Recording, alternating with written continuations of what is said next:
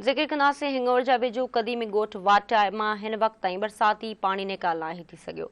नीरद रहवासियुनि ॻोठ जी बहाली लाइ एहतजाज कयो। इन हवाले सां पेश आहे शमसुद्दीन राजपर जी रिपोर्ट। बरसाती पानी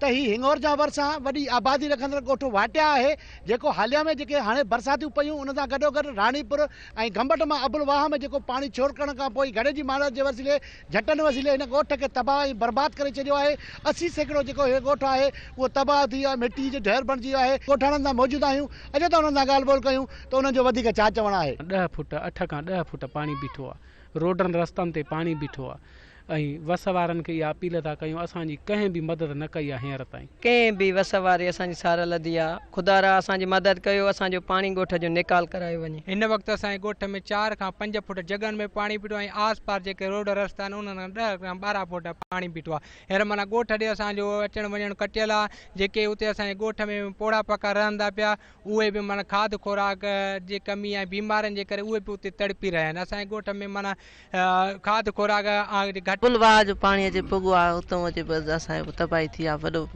ॻोठ ॿुॾी वियो आहे, सॼो कमु इहो सॼो थी वियो, आधार थी वियो।